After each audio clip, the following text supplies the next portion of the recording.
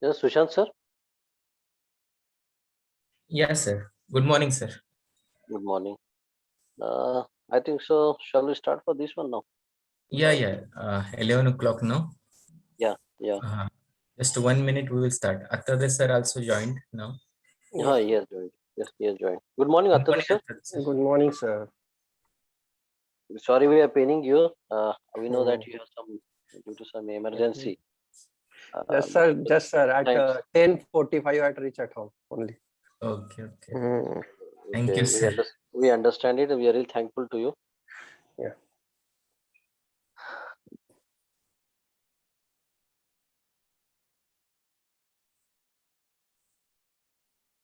Good morning, Patil sir.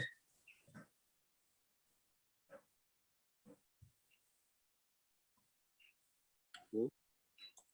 M. Prasad Patil sir has joined. I think. Okay. Good morning, Patil sir. Prisodkar here. Are you listening? Unmute. Unmute. Okay. So now you can unmute yourself, Patil sir.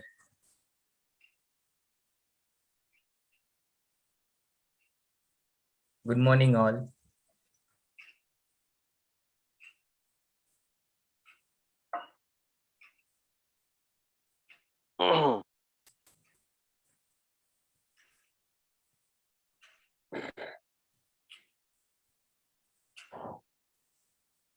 Okay.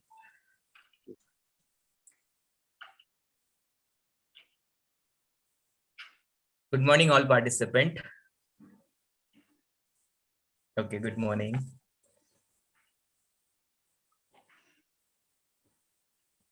Now I welcome you on this second day of SCTP on data analysis Python. So from yesterday that we have started the journey of Python. So today we will have again some more depth into the Python. That is, first we will study the data pre-processing on Python. Then after that numerical Pythons. And then after one in the last session, we will go through the some data visualization part. So for this session, resource person is now available with us. So from yesterday, we are listening to this resource person, that is Mr. Ganesh Attarde sir. So without wasting much time, already we have late due to some unavoidable condition. We have started half an hour late this session. So without wasting time, I request Attarde sir to take over the sessions and continue throughout the journey of data pre-processing. Yeah. Yes, sir. Thank you. Thank you very much, sir. Okay. So actually, yesterday some topics I have missed. So firstly, we will see that topic, and quickly we will see that topic. Then we will start with the next one. The last container data types we have seen as a dictionary. Okay. List, then tuple, and then dictionary that we have seen. Okay. We know that how to create a list data type. Okay, using the square bracket, and using that circular bracket, we are using the tuple. And the difference between the list and tuple, we already discussed that.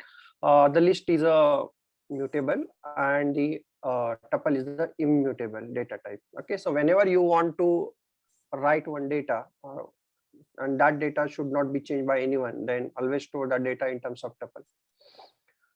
But that list data type and the tuple data type is the ordered list, and we can access the individual element by using its index. Yes, we have seen the forward indexing as well as the negative indexing. Forward indexing start with the 0, negative indexing or the reverse indexing start with the -1. We have done some exercises on that also. And the dictionary data type, that is the large data type we have seen. Okay, quickly in our 10 minutes, last 10 minutes, we have seen the dictionary data types. So what is dictionary data types? It is you can consider the dictionary type is same as that of your list, but only difference is that the list data type is having, we can access the element of list data type using the indexes. But here in a dictionary, we can have the data items, and with that every data items we have the unique key. We have the unique key associated with that data. So so you can see you can say here, so every data is having its unique key. So unique key. So key cannot be duplicated, but data can be duplicated. So that example also we have seen, and we have seen that how to create the dictionary data type. Okay, using the curly brackets, and we have seen the different function associated with the dictionary also. Okay, so today quickly we will see this last data type, the set data type. It is again, it is very much important regarding to the data processing. Without which actually, suppose if some data is there, if your data is present in your list, but that list is having some duplicate items, the list is having some duplicate entries. Now you want to remove, you don't want the duplicate entries to be present in your list. So what you do? So generally the list can have the duplicate data entries, but there is a data type called as a set data type. It is similar like your list, but with the exception that they do not contain the duplicate entry. So it doesn't allow to store the duplicate values inside the its set.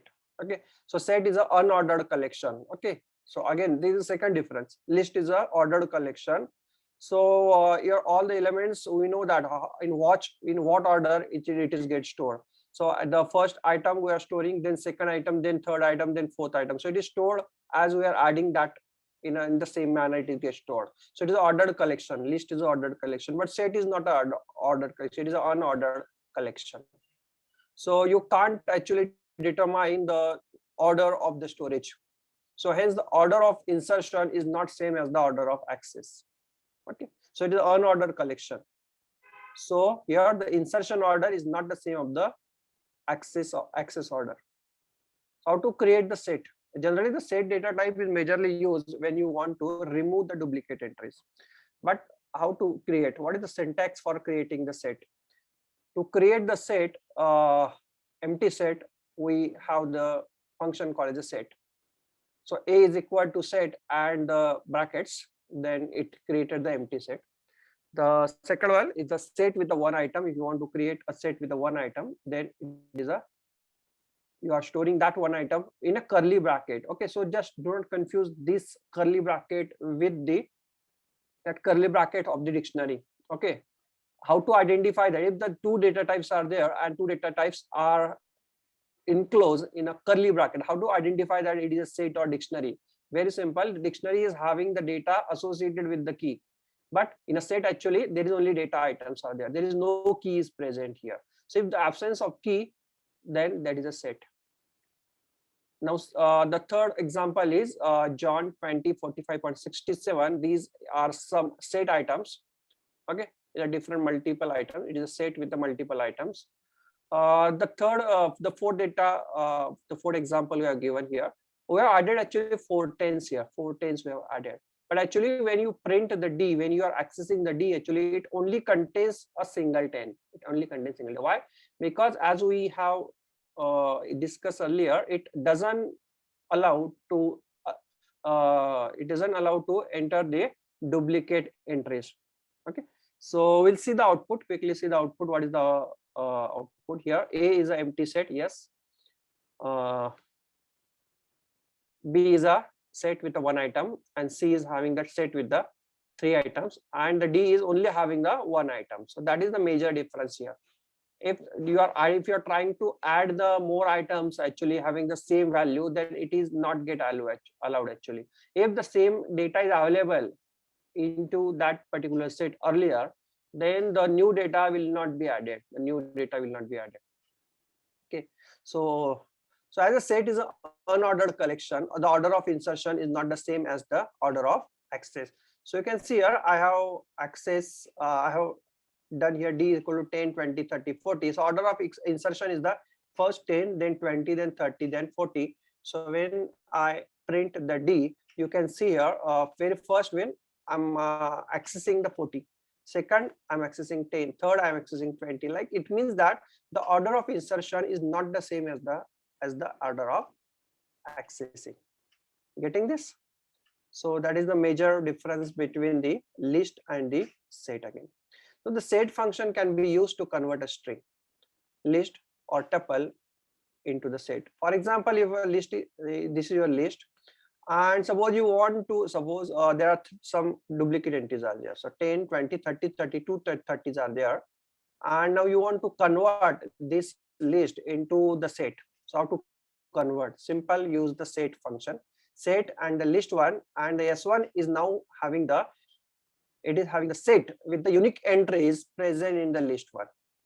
So what is the content of S1? The S1 content is firstly 10, 20, 30 and 50 only. 30 and 50, only 4 items. S1 contains only 4. And again, the order of insertion is not same as that of your order of access.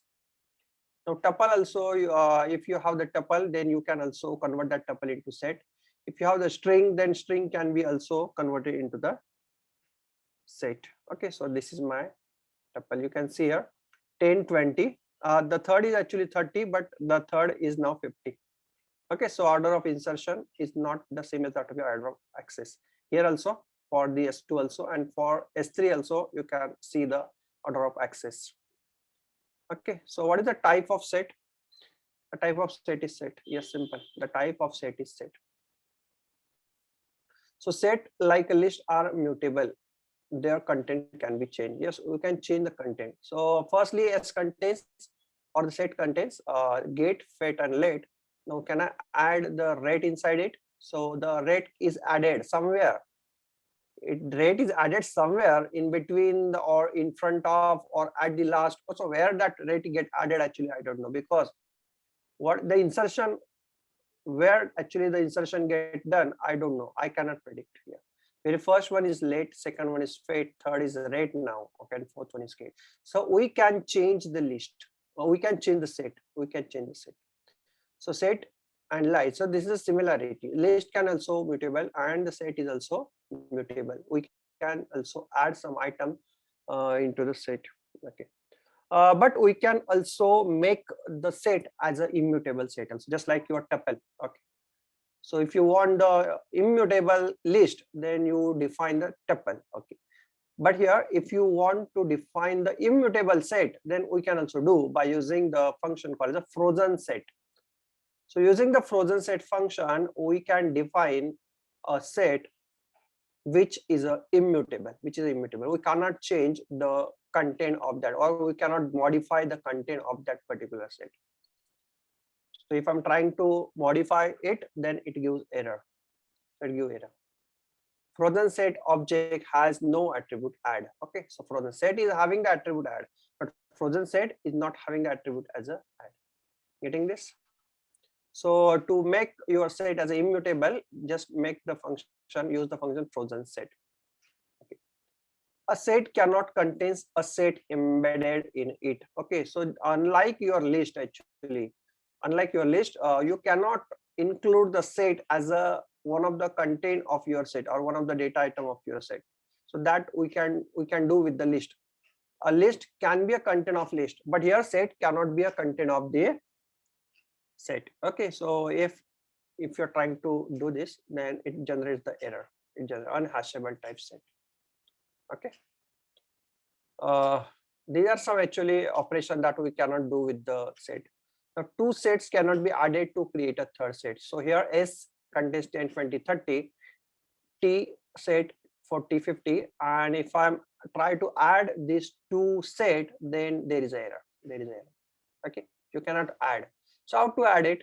Suppose if I want to add this set, then how to add it? So you can convert this set into the list, and both list and list can be added, and again that list is converted into the set. So indirectly you can add it, but directly it is not possible. Okay. So being an unordered collection, items in a set cannot be accessed using indexes. Yes, we know that here it is an unordered collection, so there is no index associated with the each data items. Okay, and also the set cannot be sliced. Set cannot be sliced because the slicing operation can be only done by using only the index. Okay, so like 0 to 5, 0 to 3. But here set is not having the index, so we cannot slice. We cannot slice the set. The entire set can be printed. Whole set can be printed by just printing its name. Okay, so just print S, and your entire set can be printed. Like strings, list, and tuple, set 2 can be iterated over for loop. Yes, we can iterate the set using the for loop, but the order of the access is not guaranteed that it is the same as that of your order of insertion. Okay, so I'm iterating this. For ELE, or ELE means element, for element in S, print ELE. So you can see here actually 65 is present at the second last item, but it is get access first. So order of insertion does not guarantee that it is the same as that of your order of access. So say, different set operation we can see quickly. We will see the set operation like built-in function. Okay, some built-in function we already have seen this. 21 in S, that actually in operation is generally used for the searching. So we want to check here 21 is present in the particular set or not. Okay, so if 21 is present in set, then it returns true, otherwise it returns false. Okay, now it check for 12 not in S. If the 12 is not present in S, then it returns true, otherwise it returns false. Okay, so in and not in, this function can be used for searching of particular element in a set. So alien function will give the how many number of items present in that particular set. 1, 2, 3, 4, 5, 6, 7. So 7 items. So length is 7. Alien of S is 7. So max of S, it returns the maximum number. So 89 is the result. Mean, it returns the which is 10. Okay, which it returns the 10 because minimum of that minimum element of your set is 10. The sorted of S will return the sorted list. Okay, so it doesn't return the sorted set, it returns this sorted list. So, and we know that here sorted how to do the ascending sorting and the descending sorting. Okay, sorted S, and if the reverse is equal to true, then descending sorting. So sum S, it sum the, or it add all the numbers, it all add the elements, and that elements get the summation of all the elements get written by the sum function. So we will quickly see the output. So 12 in S, 21 is present, yes, true. 12 not in S, true, yes. Maximum, now length is 7, max is 89, minimum is 10. This is a sorted list, and by default it is a ascending sorting. So if you want to do a descending sorting, just do reverse is equal to true. And what is the summation? Summation of all the numbers are 279 is the summation. So it is possible to unpack a set using the star operator. Yes, star operator generally used for the unpacking. So if you have the list or tuple or dictionary or string or any set, then you can unpack it. Unpacking means you are separating all the elements one by one. Okay, so star X, if you are printing star X, so you are getting 1, 2, 3, 4. Note that here it is not a list, it is neither list, it is neither tuple, it is neither set, it is neither a dictionary. So here 1, 2, 3, 4, these are the just a number. These are the just number. So star X, all the numbers that is present into your list, present in your set can be directly accessed here. Okay. Now set methods, following function can be used on set. So what are the function? Update, yes. Add also we have done. Update can also be do. For example, update generally used to add some elements of T in S. So S is there and you want to add these numbers, and these numbers are present in another set. Okay, so you can do S dot update. Generally it is nothing but your S is equal to S plus T. S is equal to S plus T, but you are doing in an indirect way. So the content of T get unpacked and that content get attached or the append to the S. So when you print S, it is having these 3 items also, A also there, B and C also there. Okay, so there's 3 new items get added. So if you have the existing set, you can also add in that new set. Okay, here also we can add the 1 item also, so using add. So we have already done this in a before this we have done this. So hello get added. So you can't guarantee that it is added at the last only, it can be added at the anywhere. Now remove, if I want to delete a particular item, Okay, if I want to remove a particular item, then we can remove it.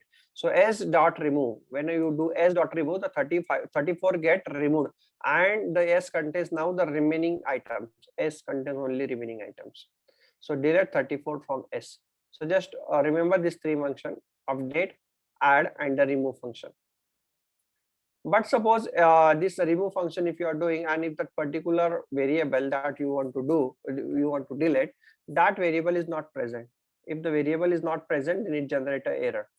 Okay, because it first search. If search is not matches, then it give error, because if 100 is not present, then how to remove it? Yes. So that's why instead of using the remove, we can use the discard function. Instead of using the remove, we can use discard function. So you can say that here it is a modified version of remove function. So remove function will generate an error if the number is not present. Okay, but here it is not case of the discard. Now using the discard function, if the suppose 34 is present, if the 34 is present, the 34 is present, so it is get discarded or it is get removed. But for example, if I'm doing this discard 100, if the 100 is not present here, 100 is not present in this set, and you're trying to remove it. So if you are using remove function, it generates error. But in case of discard function, it is not generating the error. It is not. Your s is as it is now, because 100 is not present, so it is not deleting. Very simple. So this is how you can say it is a modified version of remove function. So according to your application, actually you can use the discard as well as the remove function. Now clear is the function which is actually clear or remove all the elements. All the elements, if you want to clear, you need an empty set. So this is an empty set now. S is an empty set now. Getting this? Pop function. Pop is used to read and remove the elements from a set S. But which element get pop, I don't know. Which element get pop, I don't know. So here now 65 will get pop. Now there is no relation. The next time 65, okay. Next time, suppose if I'm doing the same, suppose if I'm pop, I'm using this pop 2 or 3 times. Okay, 3 times I'm using. So firstly 65 get pop, then 34, and then 37. So I doesn't guarantee that this is the 65 is the first value to be removed.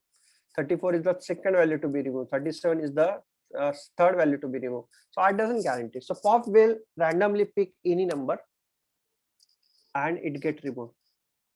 Getting? So following function can be used on a set to check the relationship between them. Okay, so like if there are 2 sets are there, actually it is in a mathematics, and it is again very useful in your data science again. So if there are 2 sets are there and you want to check the relation between this S and T, you want to check relation. Okay, so what is the relation? So relation is it subset, or is it superset, or is it disjoint set? Okay, so you can check here with the function is a superset. S dot is superset T. So it prints true since all the elements of T is present in the S. So if 34, 23 and the 21, 34, 23 and 21 is present, 34, 23 and 21 of T is present in S. So we can say that T is a subset of S, or S is a superset of S, a superset of T.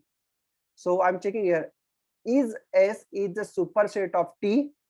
So yes, all the elements are present, so it returns true. It prints true. Okay. Check that is subset of T. If S is a subset of T, so it means that all the elements of S is present in T.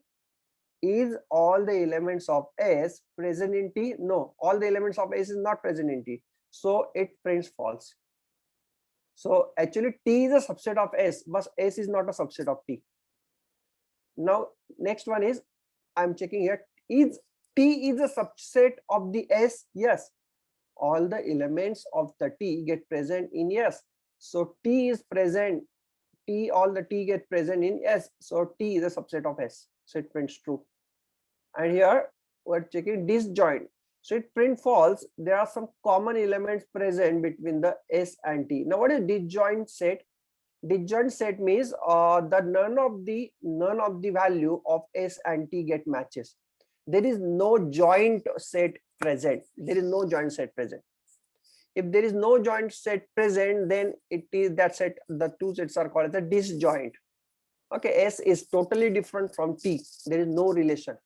So we can check here. Is S is a disjoint as of T? Yes.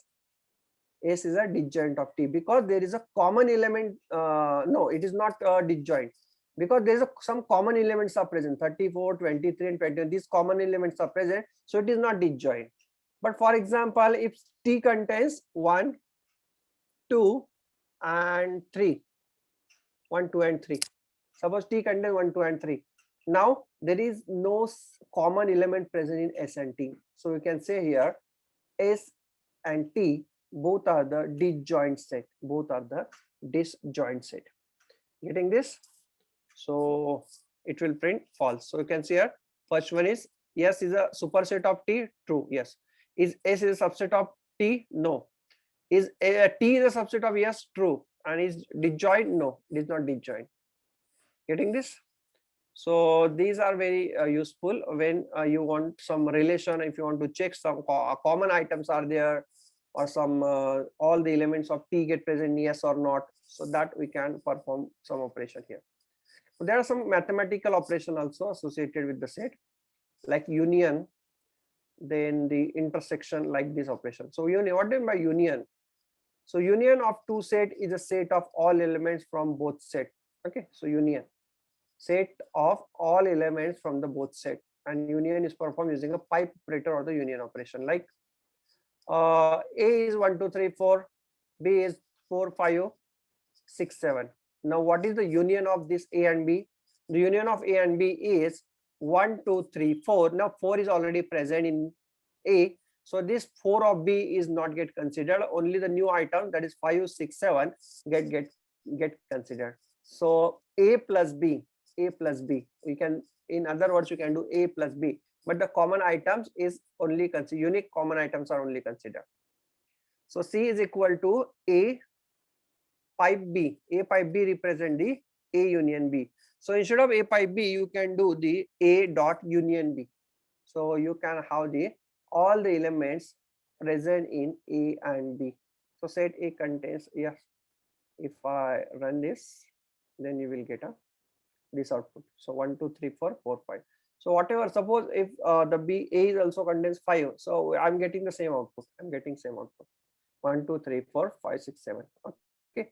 So you can consider this one as a union as a. So this is my set.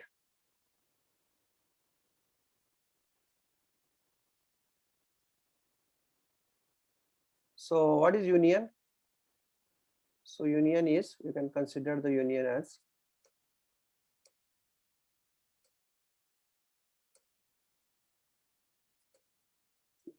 A plus B, all the items and the unique item also. Okay, the unique item present in that particular set. So that is the union. So next one is the intersection. So if there are two sets are there, and if you want to find out the intersection. So what is intersection? The intersection is the we want to find out which are the common elements. Which are the common elements present in A and B. So what is intersection? So generally I can represent that intersection like this. So suppose if this is A and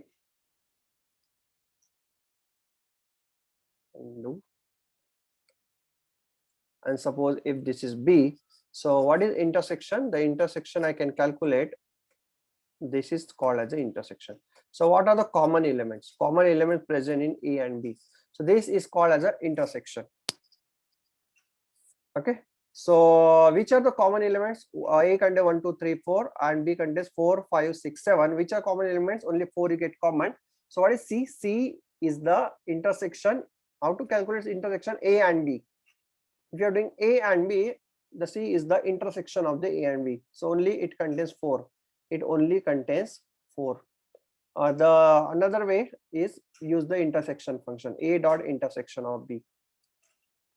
So you can see here the intersection is the 4 only. So if some common elements, if you are there, so a contains 1 2 3 4 5 and b contains 4 5 6 7, so 2 common items are there. So what is c? The c is now 4 and 5. The c is 4 and 5. Getting this? Now the next one is the set difference. Set difference. Set difference is the difference of a and b, like a minus b or b minus a. Or you can do a minus b or b minus a. Is a set of elements that are only in a but not in b. Only in a and not in b.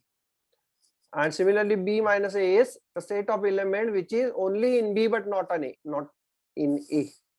Okay. So we have to actually subtract the common items here. So what is a minus b? So a minus b I can represent like this. So if this is a and if this is b, so what is a minus b? A minus b is nothing but these data items. These data items. Okay, but it doesn't contains. Okay, so it is not including the common items. So it is which is only in a, which is only in a, which is only present in a. Okay, so that we want to calculate, then that is called as a set difference. So a minus b, and the function is a dot difference b, a dot difference b, and b minus a we can also do. So what is a minus b? A minus a is 1 2 3 4, b is 4 5 6 7. So 4 is common, so a minus b is 1 2 3 only. Okay. What is b minus a? B minus a is whatever the contents of b get subtracted from the common elements of a. So only the 5 6 7 is the b minus a. So I can actually get this a minus b and the b minus a. Okay, and the last one is the set symmetric difference. Set symmetric difference. Set symmetric difference of a and b is a set of elements in both a and b except those that are common. Okay, so we just have to exclude the common items and we want the set, we want the element which is present in a as well as present in b but not in common.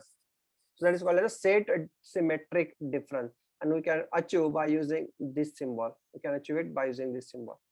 Okay, so what is the common items? Common item is 4, so just do not include that common items, and whatever the unique item of a and whatever the unique item of b, it is the that get added into the c. So what is c? C contains 1 2 3 4 5 6, 1 2 3 5 6 7. 4 is not included. Okay, so if I run this, I'm getting the output as 1 2 3 4 5 6. So it is called as the symmetric difference. Okay, it is called as a set symmetric difference. Okay, so this is regarding to the set. Now we will move toward the next one. So any doubts in set or dictionary or list, you can ask me. I'm giving you 2 minutes. Yes, Rupa, a question is there. Sir, you said that number sequence cannot match. Okay, I didn't get your question actually. Number sequence cannot match. Can you ask me again, Rupali?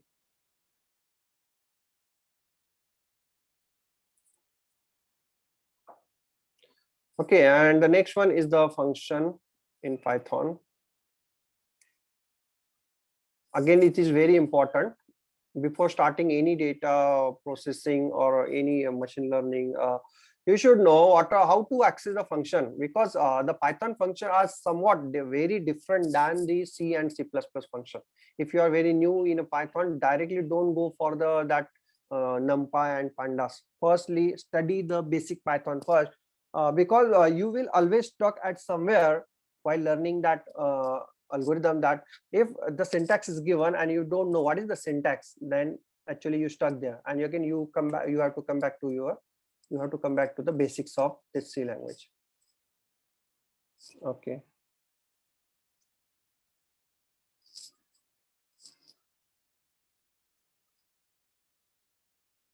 so I'm sharing here the link of this function. It is very important topic. Very important topic.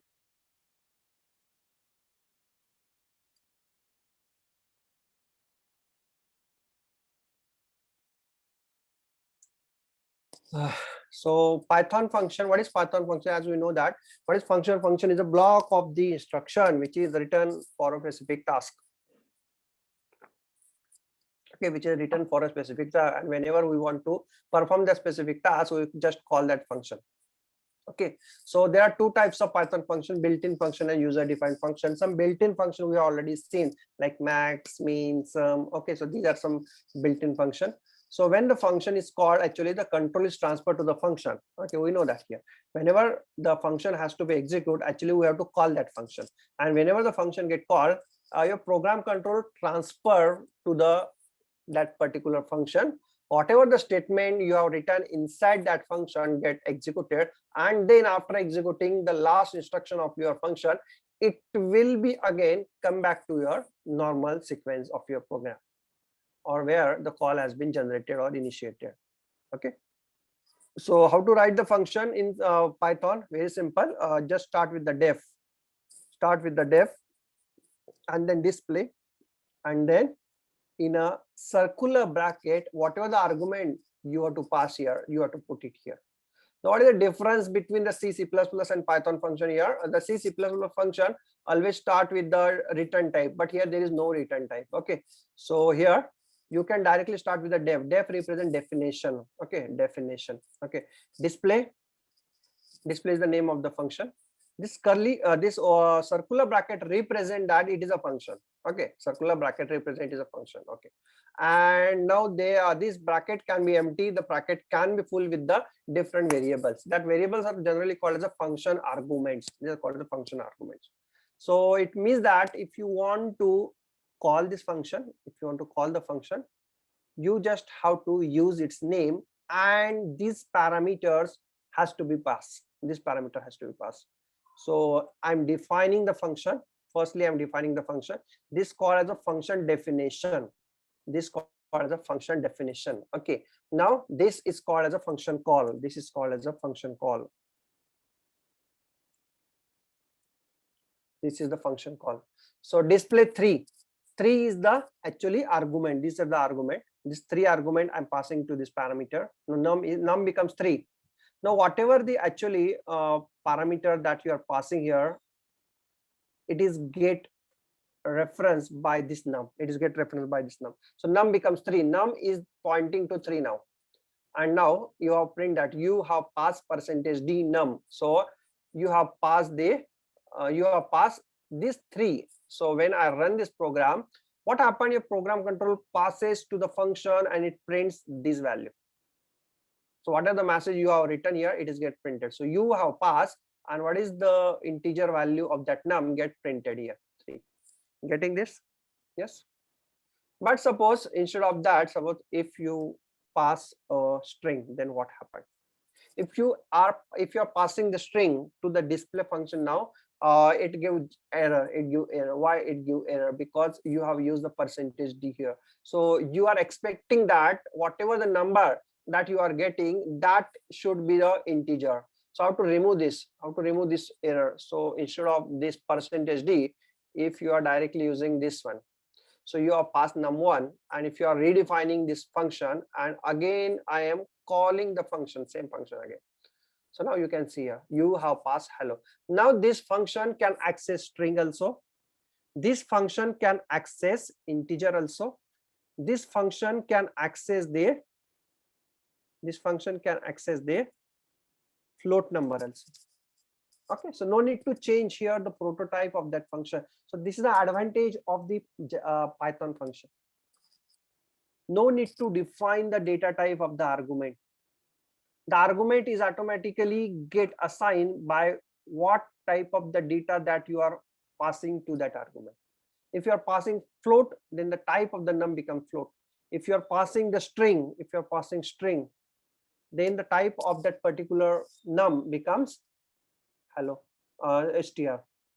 Getting this? So that is the advantage of the function. Okay. The function with a return value, yes. Now this function is not returning any value, so it is 0 return value. It is not returning any value. you can write a function, which is able to return some values, which can return 1 value, 2 value, 3 value, or any number of value it can return. Okay. So here the definition calc underscore sum x comma y comma z. Okay, so these 3 values I have to pass here, and it returns x plus y plus z. So when I define this function and when I again call this function, so what is the output? The sum is 12. The sum is the 12. Sum is 12. Getting this? Yes. Now just see the magic here. So instead of this, I'm passing here Ganesh, and suppose my middle name and my surname, and just you can see here now sum is Ganesh L Attarde. Okay, so it doesn't require that particular XYZ to be an integer. Now if I'm passing the string, it is considered as a string and it is uses the concatenation. Getting this? So that is again advantage of the you can take as an advantage also. You can consider this as a disadvantage also. If you are defining the function which is only able to actually run the for the integer, then actually this function gets failed here. It can actually take the float value also. It can take the string value also. Okay. So can I return multiple values? In C language, actually we can't return multiple values. We can't return the multiple values because there is only single return values there. So int, addition, int.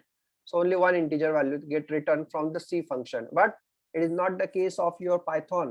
The Python function can return any number of the return value, any number of or it can return the multiple values from a function. Just we have to return in terms of the tuple. We have to return in terms of the tuple only. So a tuple get written here. So here the function is calculating the summation as well as the multiplication also. So add is x plus y and mul is x into y, and you are returning the in terms of the tuple. So why tuple? Why it's called tuple? Because circular bracket is there. Okay. So you have to put it in a list, tuple or set or dictionary, whatever the values you want to, you can put it in a list, you can put it in a tuple like this. Okay. So when I run this program, you will get the addition as well as the multiplication. Addition is 15 and the multiplication is 50. So 10 and the 5, this is the input. Getting this? So this is actually some printf statement. Okay, these are some printf statement. Before this, we have only seen the simple printf statement, but this is called as a formatting of printf statement, formatting of your message. Okay, so how we can format? So this is called as a placeholder. This is also placeholder. Now this first placeholder is replaced with this, and the second placeholder is replaced with this. Getting this? So if the function is not having return statement, then the function is returning none, just like this. Okay. Now this display function, the display function is not having any return value. And suppose if I'm collecting the return values here, for example, val is equal to display hello. And if I'm trying to print val, so what is val? Val is none. Val is none. So if your function is not returning any value, then it returns the none. It returns none, none. So what are the different types of argument present for the function? So arguments, what is an argument? Arguments in a Python function can be of 4 types. So what is arguments? These are the argument x, y. So in what are the different types of the argument, we will see. First argument is called the positional argument. The example that we have seen earlier, this is the case of the positional argument. Now in a positional argument, actually the item or the argument get passed according to its position. Like 3 get passed to x only, 4 get passed to second one, 5 get passed to third one. Why? Because its position, depending on its position, its value get passed to the argument. That's what it's called the positional arguments. Getting this? Now keywords argument are somewhat different from positional. In a positional argument, what happens? Suppose if I want to store this 3 into x, so I have to put this 3 in a first position. But in a keyword argument, actually it is not the case. In a keyword argument, you can specify that, suppose here, you can specify that here, x is equal to 3. You can specify x is equal to 3. Or I can specify here y is equal to 3, x is equal to 4, and z is equal to 5, like this. So this is called the keyword argument. So what are the actual arguments associated with the definition of that function? The same name you are using at the time of function call. And you are explicitly saying that the 3 has to be stored in y, 4 has to be stored in x, and 5 has to be stored in z only. So here I'm getting the output as 12. Getting? So this type of the arguments, it's called as a keyword argument. Okay, this is called as a keyword argument. The next one is a variable length positional argument. Now variable length, we'll see one by one first. We'll take the first example. Positional argument must be passed in its correct positional, as we have seen earlier. So display info, so name, age, and mark, these are my position. So when I actually call this function, the name should be the first argument. 24 should be the, that is your age, should be the second argument, and the 67.55, that is your mark, should be your third argument. Okay, so according to the position you get passed, that is called as a positional argument. And suppose if the argument is not, it is not in a same order, then the argument is not in the same order, then what happened? It might generate error. Okay, it might possible that it is not generating the error, but it might generate possible that it is generating the error. So why? Because what happened here, the first argument is 24 that you are passing here. So 24 gets stored in name, and you are using upper function. So 24 integer is not having the upper function associated with it. So that's why it get error. But instead of, if you are not using the upper function and simply you call that function, then there is no error here. So what happened here? Name is 24, age is Nirav, and marks is 57.55. Getting this? Now we don't want this. 24 cannot be name, Nirav cannot be age. Okay, so that's why we will move toward the next argument, that is your keyword argument. So what the keyword argument says? The keyword argument says that if you don't want to actually follow the order, use the name of that particular argument directly. Use the name directly. So here, Nirav, I want to store in name. So directly use at the time of function call. At the time of function call, directly use name is equal to Nirav. At the time of function call, use name, age is equal to 24.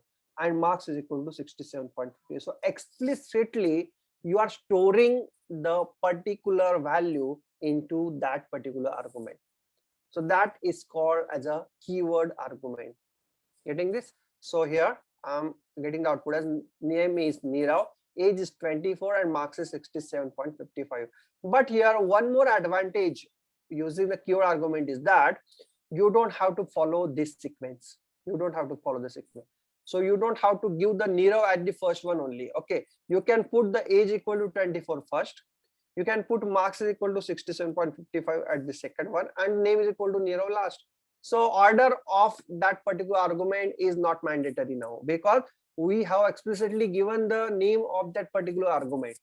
So age equal to 24. Yes, the 24 has to be stored in age only.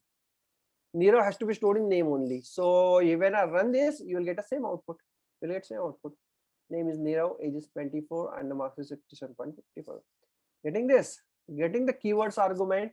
So the same thing we will do with the print statement. Just like suppose print, and suppose I want to print like hello. Okay. Second time also I'm using the by. Okay. So hello and bye. Hello and bye I'm printing. So hello get printed at the first line, bye get printed at second line. Suppose, but I want to be specify the end as space. So what happened here? After the hello, the slash n is not get entered, the space is get entered, and then bye get printed. So when I run this, you will get output as hello space bye, hello space bye. Getting this? So what is this? End is equal to this. End is equal to this. This is called the keyword argument. This is the keyword argument. Getting this? So you are explicitly saying that the space has to be stored in end. The space has to be stored in end. Getting this?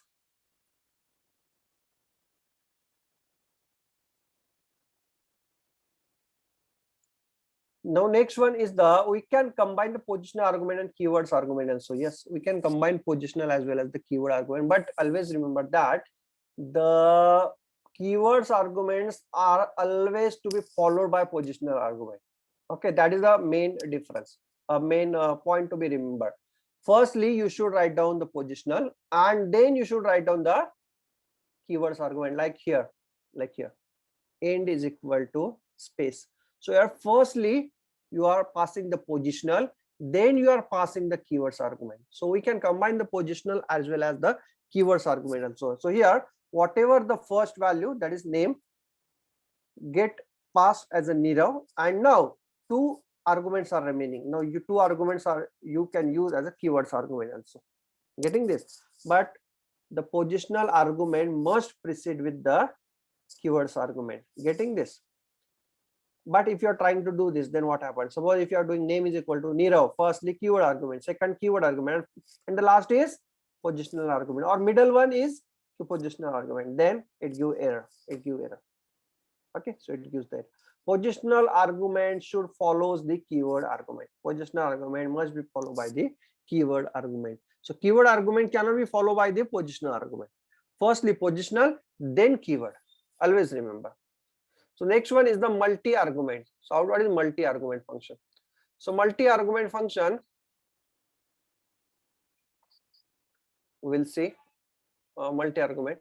So what is multi-argument function? In a multi-argument function, actually we can pass the multiple numbers of the argument to that function. Multiple arguments. So generally what happened here? Suppose if a display underscore info are taking only 3 arguments.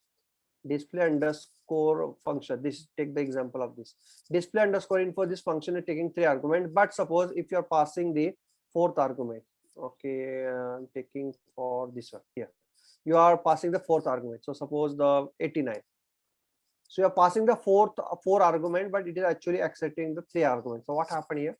It generate error.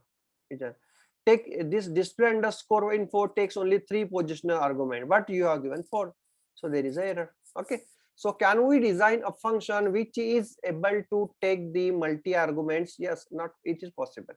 So how to use? Yes, use the star arcs. So star represent actually it is unpacking.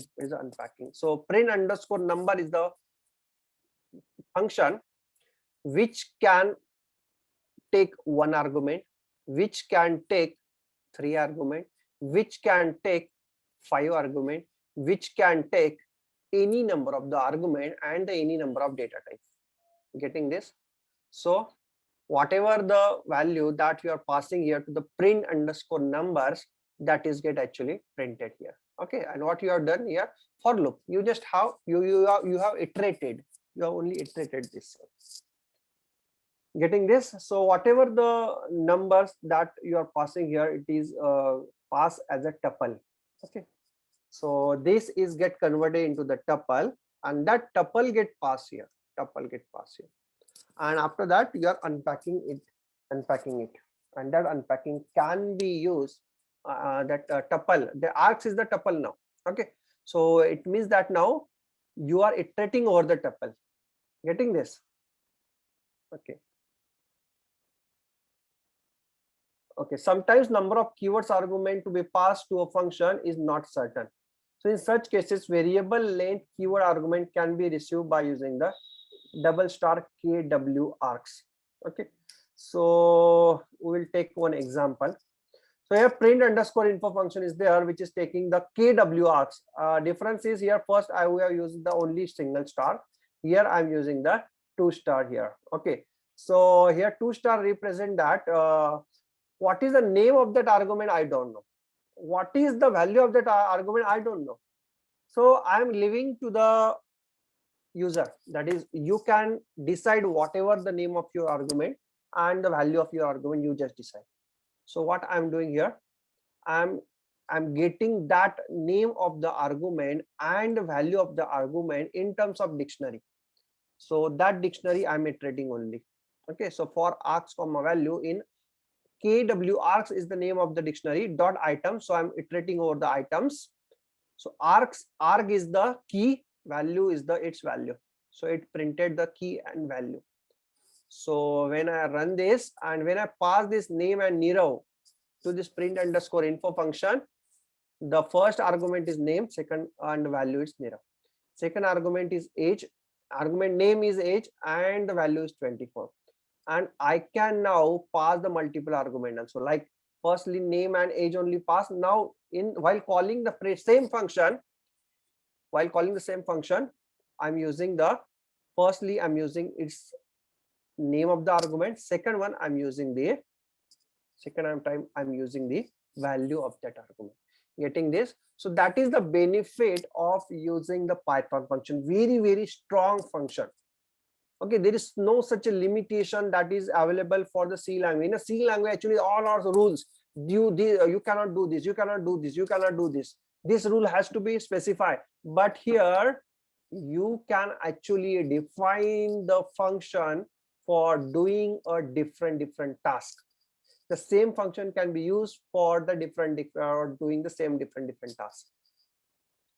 Okay, so we cannot use any other names in place of args and KW args. So we cannot use more than one args and more than one KW. Okay, so that is only theory part. Now if the function is to be receive require as well as the optional argument, then they must occur in a following argument. Okay, so one point I forgot to tell you that. Okay, so that one point is there, and that is called as a. Okay, so I'm inserting one text cell. Okay, and the point is default argument. The point is called as a default argument. Let's say ULT, default arguments. Okay, so what do you mean by default argument? The default argument is, suppose I want to add the one function called as an addition function. Okay, I want to do an addition of the two numbers. So what is the return? Return is a plus b. Simple. Return is a plus b. Now how to call this function? The calling of the function is very simple. I'm directly storing the value c is equal to addition, and whatever the value, so 3, 5, and just I'm printing the c. That is addition or add or sum is equal to comma c. Okay, so here if I'm running the program, there is no error and you will get output as 8. Yeah, perfectly fine. But suppose if I forget to give the second argument. Okay, so what happened here? Can you tell me? Just type your answer in your chat box. What happened if I'm not passing the second argument here, only passing first argument? If I'm passing only first argument, I'm not passing the second argument, then what happened here? Just write your answer in chat box. Yes, 3 will be the answer. Niket says, Suraj says get error. Okay. Argument mismatch error. Poonam says. So now Swapnil says error function additional text to argument. Yes. So what is the actually correct answer is the addition function required the 2 positional argument. Okay. Addition function required 2 position argument, but how many position argument you have given? Only 3, only one you position argument you have given. So what is the error? The error is missing one required positional argument b. So this b argument you have not passed. B argument you have not passed. So you have to pass it. You have to pass. If you are passing, then only you will get output. Getting this? So can I change this function to take only single argument also? We can do by using the default argument. So what I can do here, while mentioning the b, I'm mentioning here b is equal to 0. It means that while calling the function, if the second argument value is not passed, then by default it is taken as 0. But it is only case when it is not passed. But if it is passed, but if the value of the second argument is passed, then that pass value is considered as a value of B. Getting this? Yes, getting this. So this is called as a default value. Default value is used only when if it is not provided. So in this case, actually 5 is provided. So what is the output? Output is 8. But second time, if suppose I'm not providing the value of B, if the value of B is not provided, now the value of B is taken as 0, and A plus 0, that is 3 plus 0, the result is 3. So if I'm running this program, there is no error, and you will get the output as sum is equal to 3. Yes, are you getting this? Yes, are you getting this? Just type yes if you are getting this top point. Default argument. Actually, the default argument works same as that of your default argument in C++ or Java. Okay, C++ also you are having the same concept, default argument. Yeah. So if it is not passed, then only the value is considered as 0. If it is passed, then the value, whatever the value you have passed, that is gets considered as 0. So can I again assign the 0 here itself? A equal to 0. Can I do this? A equal to 0. It means that both arguments are the default now. If I'm not passing the any argument, then it is taken as 0. Sum is equal to 0. If I'm giving the one argument, then also it is perfectly fine. If I'm giving the two argument, then also it is fine. So this function is now can be used in a 3 ways. Function with a 0 argument, function with a 1 argument, function with a 2 argument. Getting this with a default argument. Just like that, the print function is having the one more default argument as a end. Okay, end. You can see here. End is a string appended after the last value. Default new line. Okay, string appended after the last value. So what is the end? End by default is, what is end? By default end is /n. By default end is /n. So I want to overwrite it. So I'm overwriting as a B is equal to space. When I'm using the B is equal to space, the space is inserted at the last. Space is, so here after the 12 there is space. Getting this? Yes. And while calling the addition function, I can combine the default argument with the keyword argument also, like here, B equal to 3 and A is equal to 9. So I can combine the default argument with keyword argument. So here I'm using keyword as well as the default argument. This is the default argument. If it is not provided, then it is taken as this value. So B is 3, A is 9. So here the answer is 12. The answer is 12. Getting this? So we have seen different types of argument. Okay. So actually, if you want to use all types of argument, then you cannot use. There is some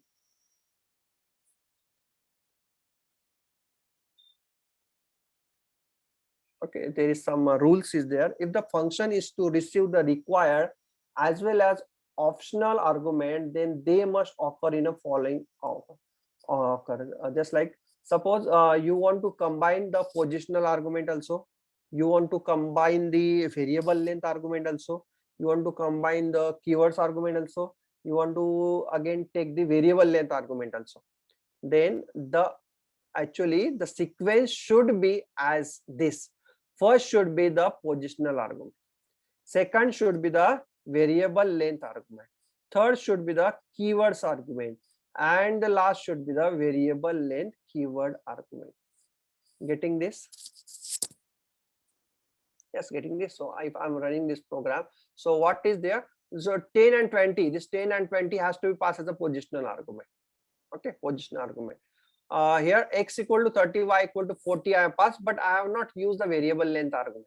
Variable length argument I have not used. Okay, so you can directly use the keyword argument, but at the time of defining the function, you should define in this sequence only. So if I run this program, you will get output positional argument you are given, but the variable length argument is not given. Variable length positional argument is not given. Okay, variable length positional argument is not given, but variable length keyword argument is also not given. Okay, variable length keywords argument is also not given. In the second function call, we have given the positional argument, then we have given the variable length positional argument. Now the length of this positional argument I can vary, like 300, 400. Okay, so I can specify here number of items. Okay, now third one is the keyword argument. So while passing the, actually this 10 and 20 get passed to I and j. This 100 to 400, these numbers get passed to dot arc, star arcs. And here the keyword argument x equal to 30 and y equal to 40. So you can see here my positional argument 10, 20, variable length argument 10, 100, 200, 300, 400, keywords argument is 30 and 40. Getting this?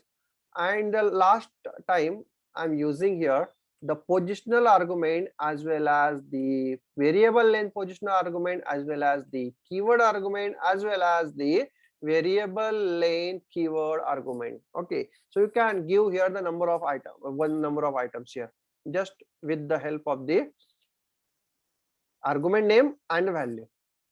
So when I run this, you will receiving the all the four types of the argument: positional as well as the variable length as well as the keyword as well as the variable length keywords argument. Okay, but if we call the function like this, if we call the function like 100, 10, 20, 100 and 200, then it generates error. Okay, that is missing two required keyword, missing two required keywords argument. Okay, so minimum you have to give the positional as well as the keywords argument. If the keywords argument is missing in this sequence, then it get generate the error. So it might possible that you are not giving the variable length positional argument. It might possible that you are not giving the variable length keyword argument. But what is compulsory? The compulsory is giving the positional argument, and given the keywords argument is compulsory here. If you want to modify this, then you have to do this: 10, 20, x equal to 100, y equal to 200. Then now it is okay. Now then it is okay. Okay, getting this? And the default argument, yes, we have seen that area of circle. Area of circle is the function which is taking the two argument r and pi, but the pi value, if it is a user is not giving, then the value of pi is taken as 3.14. So if you are calling the function with the single argument, then it is taken, pi value is taken as 3.14. Okay, but you can calculate the area of circle by passing the two argument like 10 and the value of the pi. If you are passing the value of pi, then that value get considered. So you can see here what is the answer. So it is 314, and if you are passing the accurate one pi value, then you are getting the more accurate the area of circle. Okay, so this is the actually the default argument and the keywords argument.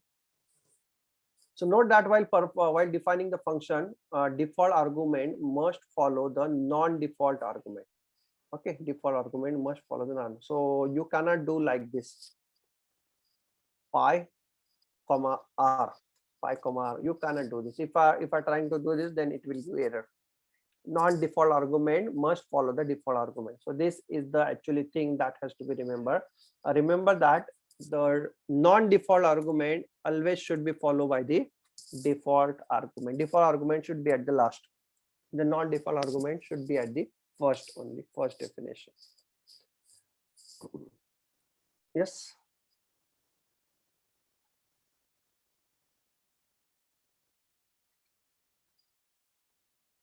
Okay, Meenakshi says, Suraj say, if you want addition of more argument, what do you mean by addition of more arguments?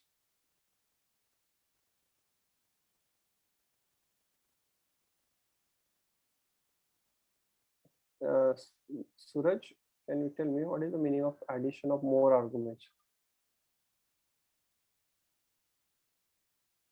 Okay, so what is the next one? Meenakshi asks, what is the importance of putting the space at the end? Okay, so importance of space, putting the space at the end is this. Suppose print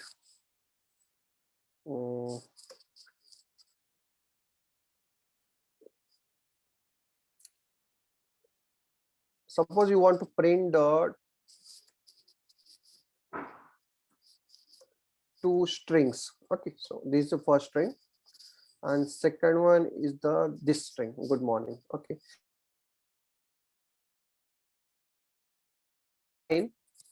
get printed at first line. This good get printed at the first line, and the morning get printed at the second line. Okay, but what you need, you have separated out these two statements, but what you need, suppose after the good, the morning should be in the same line, morning should be at the same line.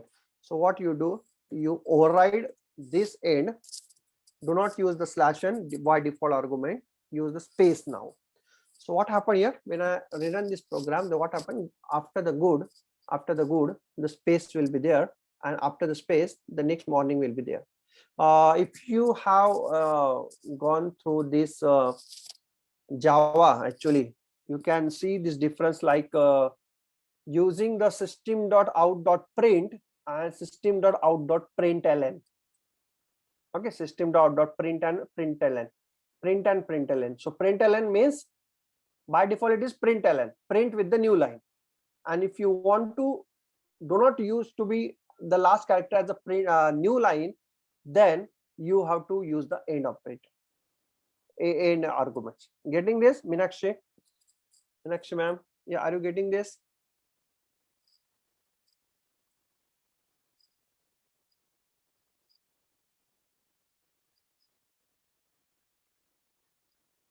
Okay, now the next one is unpacking the arguments. Suppose the function is expecting the positional arguments. Okay, so the function is expecting the positional argument, and the argument to be passed are in the list or tuple. So in such case, we need to unpack the list or tuple. For example, here the definition print underscore addition function take the 5 arguments. Addition function takes the 5 arguments. So if I want to call these functions, how to call it? Ekdam simple. Print underscore addition, and then 5 arguments I have to pass. Okay, 5 arguments, exactly 5 arguments, because there is no default argument is present. So exactly 5 argument has to be passed. But suppose whatever the argument I want to pass, that is present in the list or tuple. If it is present in the list or tuple, then we can use the unpacking. So star list 1. So list 1 you are unpacking, and that unpacked variable you are passing as an argument. But always remember that the size of the list 1 and the size of the arguments get match here, should be match here. So star list 1, so 1 2 3 4 5, the addition is 15, and then star TPL, that is tuple, you are unpacking the tuple, and the result you are getting as 150. Yes. So unpacking can be also do. This is actually somewhere we need, if your function are taking the more than one argument, and that arguments actually you are getting in terms of the list or tuple from the different function. So without separating that particular items from the list or tuple, you can directly pass that list or tuple to that function by unpacking it.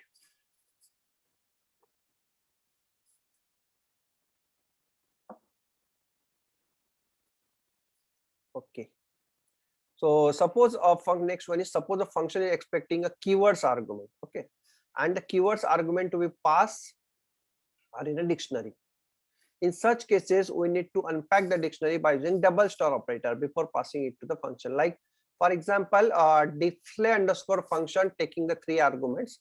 We have already seen this function, we already defined this function, name, age, and the marks. Okay, name, age, and the marks. So name, age, and the marks, it get printed.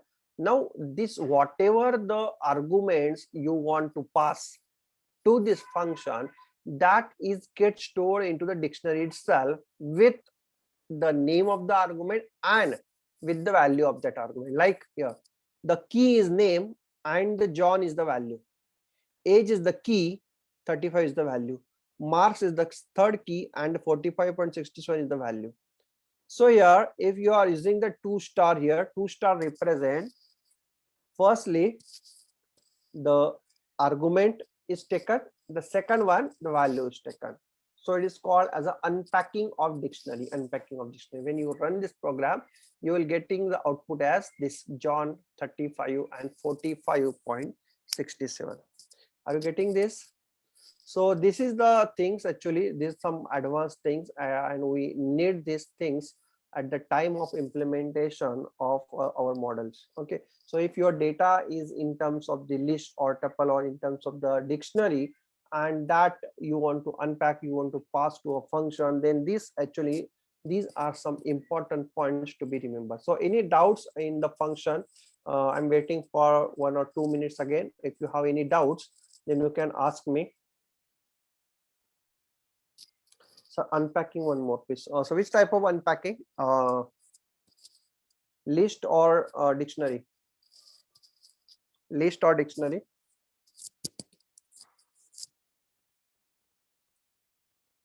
Yeah, dictionary. So in a dictionary, actually what happens, suppose this is, do not look at this, do not look at this one. Okay, only look at the function definition. Your function definition is simple one. Okay, your function taking the arguments, different arguments, and the function is printing that arguments only. Okay, now you want to call the function. Now how you are calling the function? You are calling the function with the value, or you are passing the 3 values to that display underscore function. Okay, but what happened here, my value to be passed, this 3 value to be passed with the name of the, that particular argument is stored as a key value pair in one of the dictionary. Okay, sometime while implementing the actually problem, it is get happen here. Suppose here one of the application or one of the program is there, one of the function is there, that function are calculating something, and you are returning that particular thing in terms of the dictionary, and now you have to provide the same dictionary to another function, but that function is not taking the dictionary, the function is not taking this, the function is taking only values. So what you want to provide, you have to provide only the values. Okay, so if your data is present in terms of dictionary, no need to separate out it. So you can directly provide, or you have to directly unpacking it by using the double star D. If you are using double star D, whatever the name is there, the name get assigned to John. So that is the name. This is the key is considered as the argument name, and the value is considered as the value of that keyword or value of that argument. So John is assigned to name, 35 is assigned to age, and Marks is assigned to this one. For example, if I'm doing name 1, so what happened here? If I'm doing wrong key, because name 1 is not present here, while calling the display underscore info, name 1, this argument is not present. If this argument is not present, then it gives the display underscore info got a unexpected keyword argument as a name 1. It got the unexpected keyword argument because it is get passed like this, display underscore info, and it is get passed like this, name is equal to John, age is equal to 35, and Marks is equal to 45.67. Okay, so in this way actually it is get passed. But here what your dictionary contains name 1, so here name 1. So here display function says that I don't have the name 1 argument, so that's why it give error. Getting this? So instead of this, instead of writing this manually, we are putting this display underscore 1. But always make sure that the dictionary must have the same number of the arguments present here, keywords argument present here. Yes, are you getting this? Who asked? Alka ma'am. Yeah, Alka ma'am, are you getting this? Yes, yeah, lambda function I'm explaining. So star is used to unpack, and double star, yes. Star is used to unpack the list and the tuple. Star is used to unpack the, only single star is used to unpack the list and tuple. Double star is used to unpack the dictionary. Yes.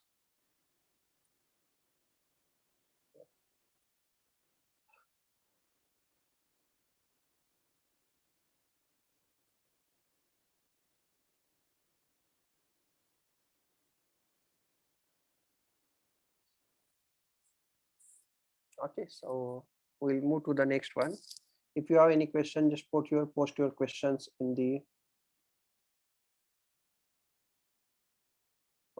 chat window. Okay, so we'll see quickly see the lambda function, because lambda function is also very important one to get started with this machine learning. So functional programming, we'll see. In a functional programming, problem is treated as an evaluation of one or more function. Yes, hence a given problem is decomposed into a set of function. This function provides the main source of logic. Like here in Python, actually we can assign the function to a variable, then it can be called using this variable. Like suppose a def display function is there. Now we can assign this function to another variable, like show is equal to display. It means that now the display function can be called using show. Okay, so this can be possible, but not possible with the C++. Python gives this actually facility that you can give the synonyms to not synonyms, or you can give the what it's called, not synonyms, another name. Okay, you can give the another name to the different function, but actually it is accessing the same function. It is accessing the same function. So if you are calling show or display, then you are getting the same output. Okay, so in Python, a function can be passed as an argument to a function, and the function can be written from function. Yes, it can be possible. Okay, like here f is equal to display. F is equal to display. What is display? Display is a function which is taking the one argument, and it is printing the result is equal to num. Okay, and what I'm doing, I am I'm calling the add function. Now what the add function are taking? Add function are taking the three argument. First x and y, which is addition, which is doing the addition, and it is taking the third argument as a function name itself, and here I'm calling that function. So what is f here? F is the display function. Okay, f is display function. So f is equal to display, or instead of this you can directly use display. You can directly use display. Getting this? So when I run this, your output is result is 30. So actually there are two functions. This add function is calling display function. Okay, there is no use of this. Okay, so result is equal to 30. Getting this? So this facility is only available in Python. Okay, without Python we can't do. So normal function have the name lambda. Okay, we'll see the lambda function. So what is lambda function? Lambda function, very simple definition of lambda function is, the lambda function is the anonymous function which is not having the name. Simple definition. The lambda function is the function which is not having the name. Okay, तुम्ही त्याला मराठीत बोलू शकता की अनाथ function. Okay, अनाथ function. So the function is not having any name. Okay, don't have, if your function is not having any name, then that's called the lambda function. So how to create that, and why generally we call the why we generally write the lambda function, why we write the function which is not having the name? Why? Because sometimes there are very small code has to be executed, very small code, just like a square of number I want to create. So x into x, this very small code has to be executed. So why to waste for writing the function definition for square? Very small things I have to do. So I can actually I can write that square function in a single line using the lambda function. How to write, we will see here. The syntax is given as, firstly write the lambda, firstly put lambda, and then put the arguments, whatever the arguments this lambda function is taking, that arguments, then colon. If there are more than one argument, that argument should be separated by comma, and then after the argument there is a colon, and what is the expression, what is the expression you want to execute. Getting this? So colon separate the parameters to be passed to a lambda function and the function body. So before this you can see that it is a prototype, and this is the definition. Getting this? Okay, so very first lambda function we are writing as a square, as we have seen. So this is the function definition. This is the function definition. Lambda n. So it means that this function is taking only one value, and it returns n into n. It returns n into n. So this is actually, it is not having the name. This function is not having name. So how to call this function? You can call the function by surrounding this whole function in a circular bracket and providing its argument. This is called the function call. So here you can see here all these three things regarding to the function in a same line: function declaration, function definition, and function call all three in a same line. So when I run this, I'm getting the answer as 4. Yes, but I can give the name also. I can give the name to that lambda function also, like lambda n colon n into n. So this I'm given as a square. So whenever I'm calling that lambda function, I want to call that lambda function, use the name of that lambda function. Okay, getting this? So we can write a lambda function very easily, very simple. Okay, so tell me how to write the addition of two numbers, lambda function, addition of two numbers. Just post your answer in your chat window. I want to write a lambda function. I want to write a lambda function which is used for addition of two numbers. So can anybody help me? Add is equal to lambda. Yes. Yes, Alka ma'am. Add is equal to lambda. Yes. Yeah. So what is my syntax? Syntax is that how many arguments? Two arguments. Okay. So two argument A comma B. Actually it should be separated by comma. Okay. Then colon. Colon actually separate out the function body and the prototype. Okay. Then after that, what it should return or what it should calculate? Addition. Okay. So A plus B. So how to use this? How to use this? So I can use this as a addition is equal to comma add, just call the add function and just pass the two values 5, 6. And when I run this, I'm getting the answer as okay. Supported type as int built in. Okay. So where is the error? Okay, bin. Okay, so actually there is a typing mistake actually. A plus B. The answer is addition equal to 11. Addition is equal to 11 is the answer. Getting this? So in this way we can write down the very small function. The next one is the some function examples are given, like we can use directly lambda function to call as a function. Okay, so instead of putting the name, you can directly use lambda.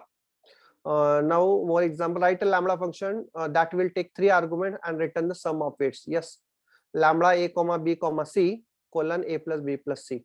Okay, add is equal to this. Write a lambda function that will receive a string, strip any white spaces and return the uppercase version of the string. Okay, so what we have to do, we have to receive a string. Okay, so input is string, then we have to strip it. Strip means we have to remove the white spaces from first and last, and then we have to make a upper, we have to make a in a uppercase. Okay, and what are the parameters we are passing? Nasik is the parameters. Okay, with the some spaces. When I run this, I'm getting the answer as capital case Nasik. Okay. We can pass any container type to lambda function. Yes, we can pass it. So lambda L. What is L? Now L can be a list. L can be list. So sum of L divided by length of L. So that is my average. So whatever the sum of the all the elements of the list divided by the length of list. So that is my average. So average get printed. So we can use lambda function directly to in a print function. Yes, in a print function we can directly use it. So are you getting this?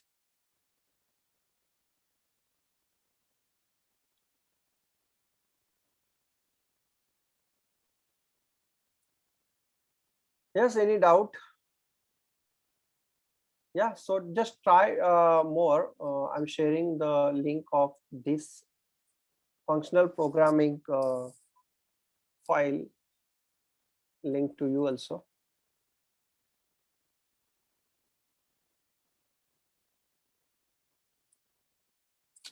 So where is not it? Okay. One minute.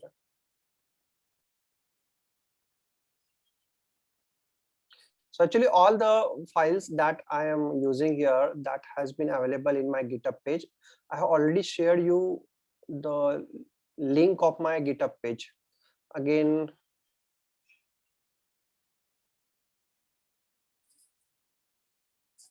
okay, so okay, Meenakshi. Okay.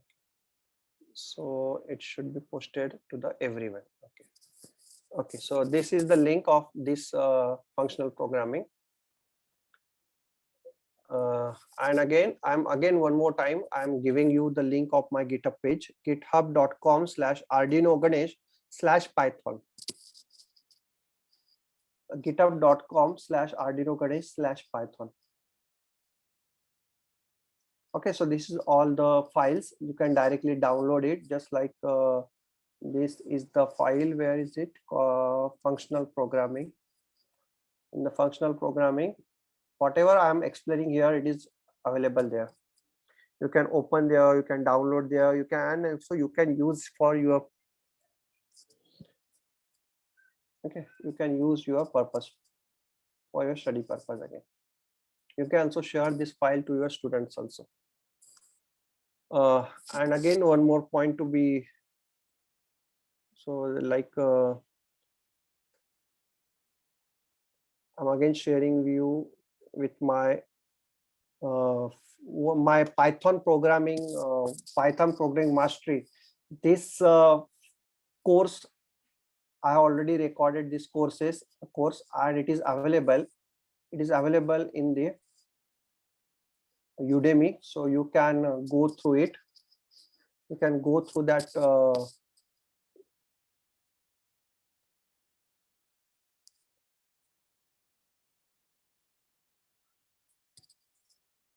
Okay, so this is the link.ganeshaptade.com/Udemy Python. So you can purchase this course and you can thoroughly learn the basics of Python. Okay, so thank you for this is from my side. So it is 12:30. Actually सकाळपासून खूप धावपळीचा दिवस होता. सकाळी 6 वाजेपासून पंचवटीला actually माझे सासरे मागच्या आठवड्यात वारले, त्यामुळे त्यांचं आज 10वं होतं. तिथे जाणं आणि तिथे खूप सकाळी खूप धावपळ झाली, बट खूप चांगलं आलं की इथे before time I reach and I completed my task. Yes. Thank you, sir. Thank you, sir. Really, thank you, sir, that you have taken time out from your such a situation, and you have explained such a nice way. Really, all the participants enjoyed your sessions related to the Python journey, and hopefully they must be utilized their Python journey in their life also. Okay. So, sir, finally, I conclude these sessions. So, on behalf of Sandeep Foundations, Sandeep Institute of Engineering Management, Nashik, we would like to take this opportunity to express our heartfelt thanks to you for serving as a resource person for this short-term training program on data analytics with Python, basically sponsored by AICTE. So really, sir, we appreciate the time and efforts that you have spent during this event. And this session was live, engaging, and thought-provoking and educative. It enjoyed by one and all participants. So therefore, thank you once again so much for your contribution and time and efforts to the success of STTP, and hope the same cooperation in the near future as well, sir. So thank you so much, sir. Yeah. Okay. So we'll end the meeting. Yes, the next session will be, I think, from yes, Kute, sir. Kute, sir. Yeah. Okay. Okay, sir. Thank you, sir. Yes, sir. Thank you, sir. Thank you so much. Participant, please fill the attendance and feedback link that I have shared here. And the next section is again today again is a journey of Python. Some more details also by another speakers. So in the next session, we will come to know about the numerical Pythons, NumPy, and after that one we will go through the data visualization part. Okay, so data visualization part under the structured data and unstructured data, as well as array and some another different part of Pythons we will look out in the next sessions. Okay, so have a lunch right now, and we'll come back again at 1 p.m. sharp. Okay, for the next session. If you have any questions related to the Python up to this 3.5 sessions, you can contact Attarde sir. Attarde sir's contact number I have posted in the chat box. Okay, as well as you can contact, put the questions in chat box also. We can forward to the Attarde sir, no issue. So thank you all. I'll keep open this session for again 10-15 minutes for filling the feedback and attendance form, so you can fill it. So thank you.